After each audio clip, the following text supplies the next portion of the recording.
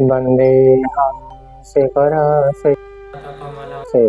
वैष्णवांश श्रीरूपं शाक्रजातं सवनरघुनाथान्वितं तं सजीवम् साद्वैतं सवदतं परिजनसहितं कृष्णचैतन्यदेवं श्रीराधा कृष्णपादान् सवनललिता श्रीविशाखान्वितांश आमज्ञानतिमिरन्धस्य घनाञ्जनशलाकया चक्षुरुन्मिलितं येन तस्मै श्रीगुरवे नमः।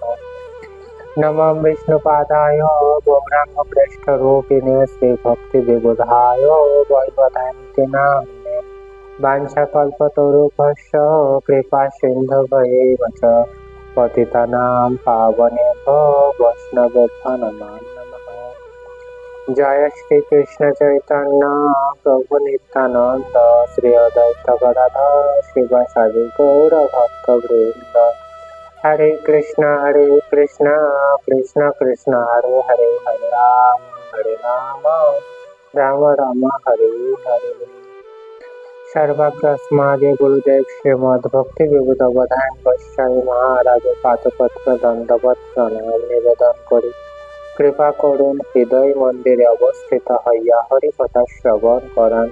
তৎপশ্চাৎ পরম গুরুদেব এবং গুরু পরম্পরার প্রতি সশ্রদ্ধা দণ্ডবত প্রণাম নিবেদন করি। কৃপা করুন যাতে আজ আমি হরিকথা শ্রবণ করতে পারি। সভায় উপস্থিত সমস্ত বৈষ্ণববৃন্দ বৈষ্ণবীবৃন্দ মাতৃমণ্ডলী পিতৃমণ্ডলী সমস্ত ভক্তবৃন্দের চরণে সশ্রদ্ধা দণ্ডবত প্রণাম নিবেদন করি। কৃপা করুন যাতে আজ আমি হরিকথা শ্রবণ করতে পারি। আজ আমরা বিজয়া একাদশী যে তিথি রয়েছে সেই একাদশী তিথির মাহাত্ম্য সম্পর্কে শ্রবণ করব। তো এই একাদশীর মাহাত্ম্য স্কন্দ পুরাণে বর্ণিত রয়েছে। তো স্কন্দ পুরাণে এই একাদশীর মাহাত্ম্য বর্ণনা রয়েছে এইভাবে যে মহারাজ যুধিষ্ঠির শ্রীকৃষ্ণকে বললেন, হে বাসুদেব, ফাল্গুন মাসের কৃষ্ণপক্ষের একাদশীর মাহাত্ম্য অনুগ্রহ করে আমায় বলো। তো এই কথা শুনে ভগবান শ্রীকৃষ্ণ বললেন, হে যুধিষ্ঠির, এই একাদশী তিথি বিজয়া নামে প্রসিদ্ধ। এই একাদশী সম্পর্কে এক সময় দেবর্ষি নারদ স্বয়ম্ভু ব্রহ্মাকে জিজ্ঞাসা করেছিলেন। তিনি এই প্রসঙ্গে যা বলেছিলেন তা আমি এখন তোমাকে বলছি। এই পবিত্র পাপ বিনাশকারী ব্রত মানুষকে জয় দান করে, অর্থাৎ এই যে বিজয়া একাদশী তিথি যে যারা পালন করে থাকেন তাদেরকে জয় প্রদান করে থাকে। আর সেই জন্য এই একাদশী তিথির নাম কি বিজয়া একাদশী নামে প্রসিদ্ধ। তো পুরাকালে শ্রী রামচন্দ্র 14 বছর বনে গিয়েছিলেন, সেটা আমরা সকলেই জানি। তো সীতা ও লক্ষ্মণের সঙ্গে তিনি পঞ্চবটী বনে বাস করতেন, অর্থাৎ বনবাসে ভগবান রামচন্দ্র যখন সীতার সহিত কোথায় বাস করতেন, সীতা মাতা ও লক্ষ্মণের সহিত পঞ্চবটী বনে বাস করতেন। সেই সময় লঙ্কাপতি রাবণ দেবী সীতাকে হরণ করে। সীতার অনুসন্ধানে রামচন্দ্র চতুর্দিক ভ্রমণ করতে থাকেন। তখন মৃতপ্রায় জটায়ুর সাথে তার সাক্ষাৎ হয়। জটায়ু রাবণের সীতাহরণের সমস্ত বৃত্তান্ত শ্রী রামচন্দ্রকে জানিয়ে মৃত্যুবরণ করে। এরপর সীতা উদ্ধারের জন্য বানররাজ সুগ্রীবের সাথে তিনি বন্ধুত্ব স্থাপন করেন।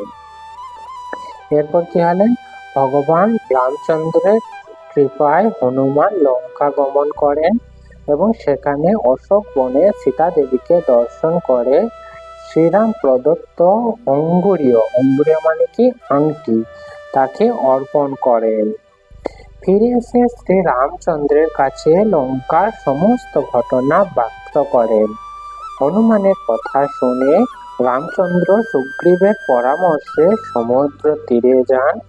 সেই দুস্তর সমুদ্র দেখে তিনি লক্ষ্মণকে বলেন, হে লক্ষ্মণ, কিভাবে এই অগাধ সমুদ্র পার হওয়া যায়, তার কোনো উপায় খুঁজে পাচ্ছি না।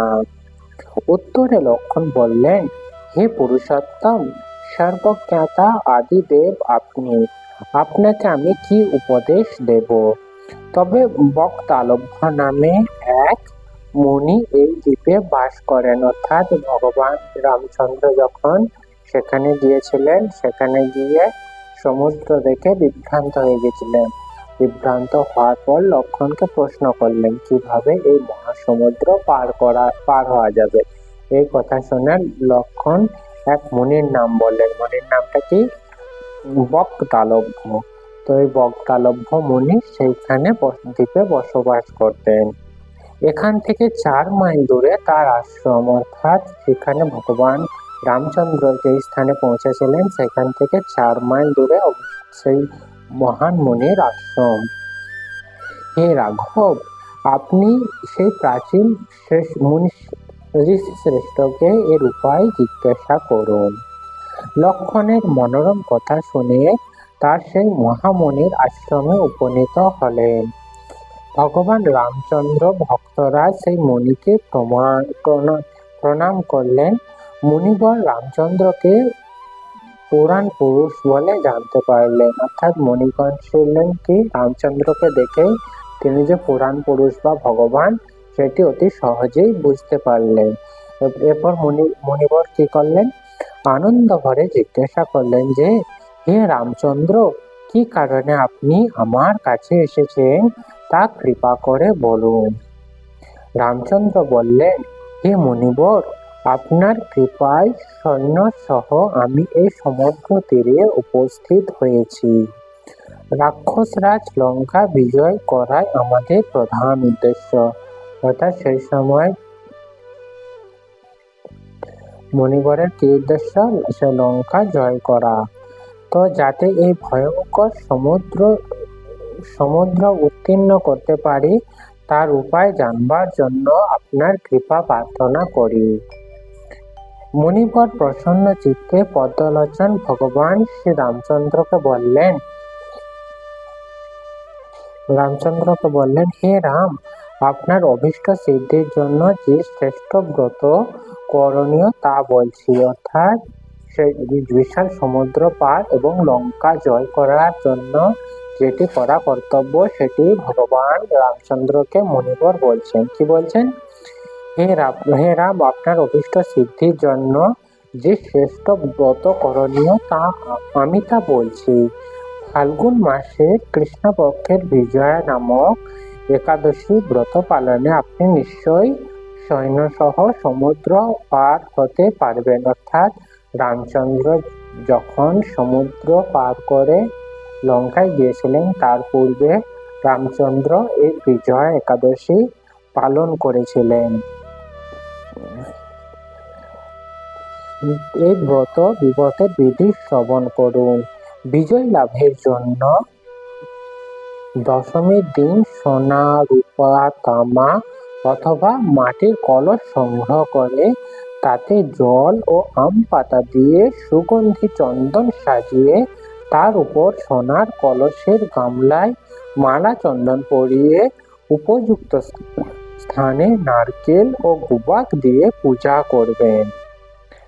এরপর গন্ধ, পুষ্প, তুলসী, ধূপ, দীপ, নৈবেদ্য ইত্যাদি দিয়ে পরম ভক্তি সহকারে নারায়ণের পূজা করে হরিকথা কীর্তনে সমস্ত দিন যাপন করবে।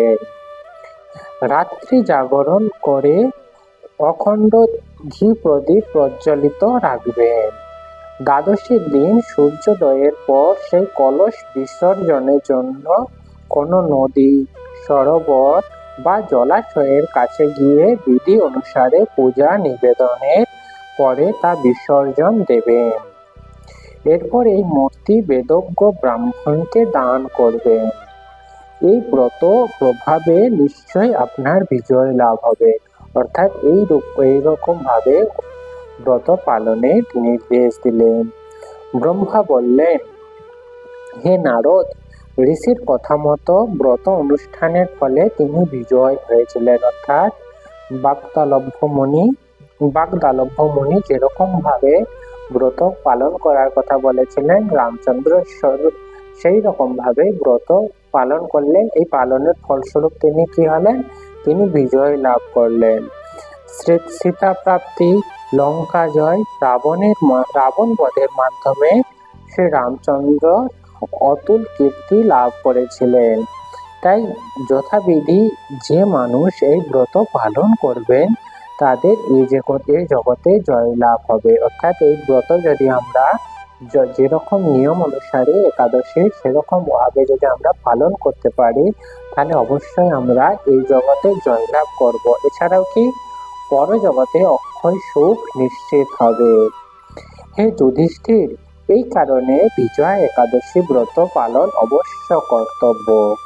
এই ব্রত কথা শ্রবণ কীর্তনে মাত্রেই বাজপেয় যজ্ঞের ফল লাভ হয়। অর্থাৎ যে বাজপেয় যজ্ঞ রয়েছে সে যজ্ঞের যা ফল সেটি আমরা এই ব্রত মাহাত্ম্য শ্রবণ করার মাধ্যমে আমরা লাভ করতে পারবো। তো এখানে একাদশী মাহাত্ম্যের বিশ্রাম। এরপর আমরা শ্রীমদ্ ভগবত গীতার যে মাহাত্ম্য সেটি শ্রবণ করব। ভারতামৃত সর্বং বিষ্ণু বক্রাদ বিনিষ্ঠিতং গীতা গঙ্গোদকং পিতা পুনর্জন্ম ন বিদ্যতে। অর্থাৎ গঙ্গা জল পান করলে অবধারিত ভাবে মুক্তি পাওয়া যায়। আর যিনি ভগবত গীতার পূর্ণ পীয়ূষ পান করেছেন তার কথা কি আর বলবার আছে। ভগবত গীতা হচ্ছে মহাভারতের অমৃত রস, যা আদি বিষ্ণু ভগবান শ্রীকৃষ্ণ নিজেই বলে গেছেন।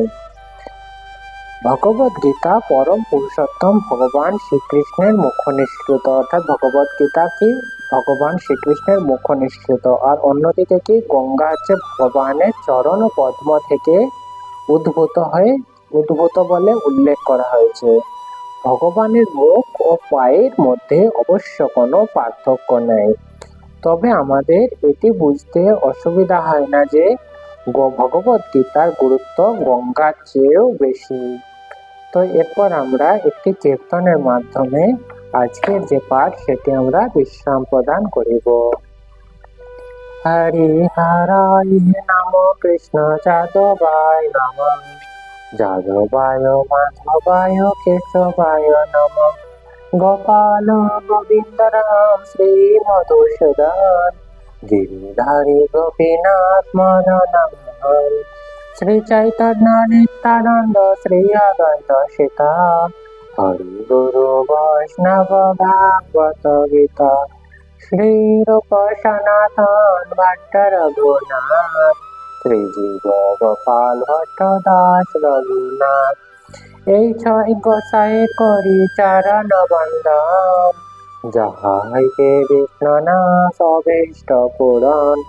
এই ছয় গোসাই জয় তার সবার পদরে নমর পঞ্চগ্রাস, তাদের চরণ সেবী ভক্ত শনে বাস, জনমে জনমে হয় অভিলাষ।